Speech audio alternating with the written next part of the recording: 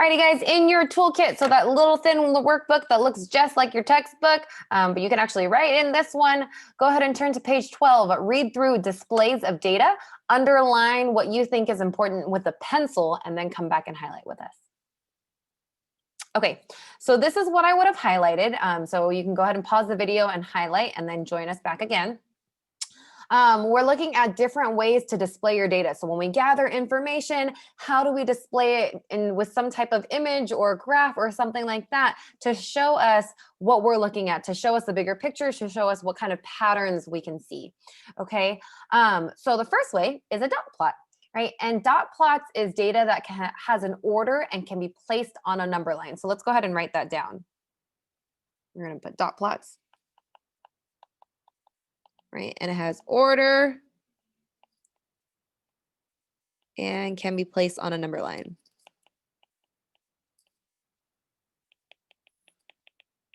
Right? And you guys have to know that this means number, not just hashtag. It's not hashtag line. Okay. So let's go through this.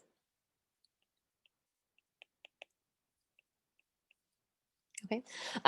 So when we look at the example, I'm going to go over the example, the number of siblings each student has in your class, the number of correct answers on a quiz, or the number of rolled on a die, right? So there's the order, right? Because you can have 1, 2, 3, 4, 5, 6 siblings. You can have how many answers you get correct on a quiz, there's a number, and then the number rolled on a die, there's 1, 2, 3, 4, 5, 6 as well, right? And then you can put that in order, right? So when I look at this, the example that's given to us right here, it says it's rolled 20 times, the die. So if I look at this die, and I don't know where the dots are, but there could be 1, there could be 3, there could be 6. I don't really know where these are. But this is saying that I take the die, I roll it 20 times, I record what it lands on, and this is how I'm displaying my data, right? And then we can see what it landed on the most, we can see what it landed on the least, and then other pieces of data as well, right? So when I look at this, this tells us that 1, 2, 3, 4, 5 times it landed on a 1. So I'm going to say 5 times it landed on a 1, right? So with the little dot, the single one on the top, okay?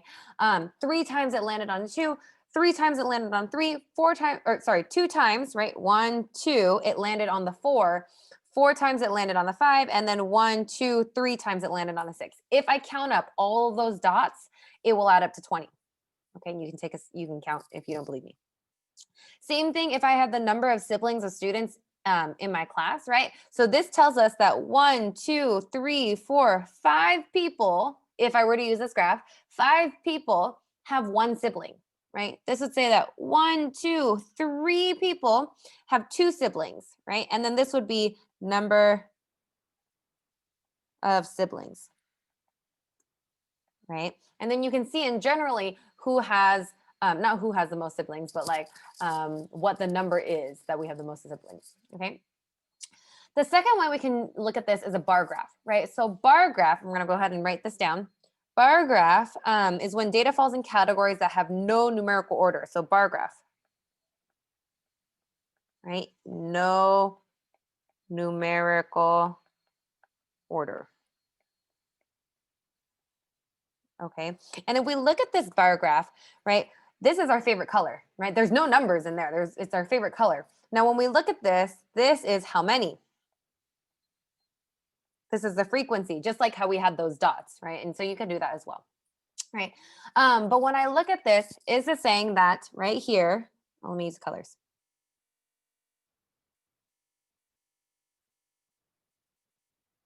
This is saying that right here, this is saying that 8 people love red. That's my heart, right? This one is saying the same thing. 8 people, I'm gonna write 8 people love blue, right? Now, this is not saying that the same 8 people, it's not like they love red and blue. That's saying there's 8 people, right, who like red, and then there's a different 8 people who like blue, right? And then if I keep going, green right here, right? This is saying that if I go all the way across, this is 14 people love green. And then the last one, if I go here, here's my line, and I'm looking at where the line is on the graph. This is saying that 6 people love, I'm abbreviating weirdly, purple. Right? Okay, and this is how we're being able to measure. We can see who, which color is the favorite. We can see which color is the least favorite based off of what the options are given, and other pieces. Okay, the last one is a Venn diagram, right? And so we're going to write this last piece, Venn diagram.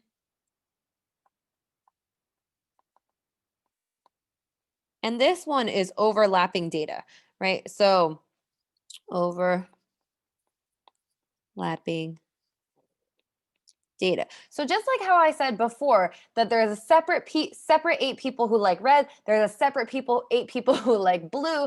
Now this is saying like, oh, we like both colors, or we both like cats and dogs, or we both like certain things, or we both have it, right? So let's look at this diagram on the right. I want to focus in on this one, right? This is saying right here, right? So it says the diagram at the right shows that 7 students have both dogs and cats, right? 3 students do not have a dog or a cat. 16 students have a dog, and 17 students have a cat. So I'm gonna go ahead and go through this, right? Okay. This right here, this circle is 10 only have cats, right? Only have cats, right? Here, this one says 9 only dogs, right? Only, okay? This piece right here has its own island right there. So 3 have none. Or maybe they have like a bird or something like that. I don't know. Okay, now the piece that's overlapping, so you guys see how this is a circle and then this is a circle, and you have that overlapping piece, right? And I'm actually going to color code this. So if I had this is cats, if I had this is dogs, you can see that in that center piece, right? This is the ones who have both, right? So I'm going to use green, and I'm going to say, what are you doing? I'm going to say that 7 have both cats and dogs, right? Okay, so then if I ask you how many people have cats, it is not just 10, right? There are 10 people who only have cats, but so there's 10 people who only have cats, but there's 7 who have cats and dogs, right? So they still have cats. So when I'm looking at this and I'm looking at the total, how many people have cats? I'm looking at the 10 who only have cats, and I'm looking at the 7 who have cats and dogs. That's where the 17 comes from. When I'm looking at who has dogs, I'm looking at the 9 who only have dogs, and I'm looking at the 7 who have cats and dogs, because they still have dogs, right? And then we're looking at the overlapping information. And later on, you'll be looking at overlapping probabilities as well. Okay, so those are 3 different types of how we can display data. There will be more. Make sure you guys take a picture of this page. I need to see that you're taking notes as well, and upload it on the Google Classroom assignment. And make sure that you view the entire video, or else it will not give you a score, right? So get to the end of the video, click on show results or view your results or something like that. And that is when you will be able to get that score. Okay, thank you.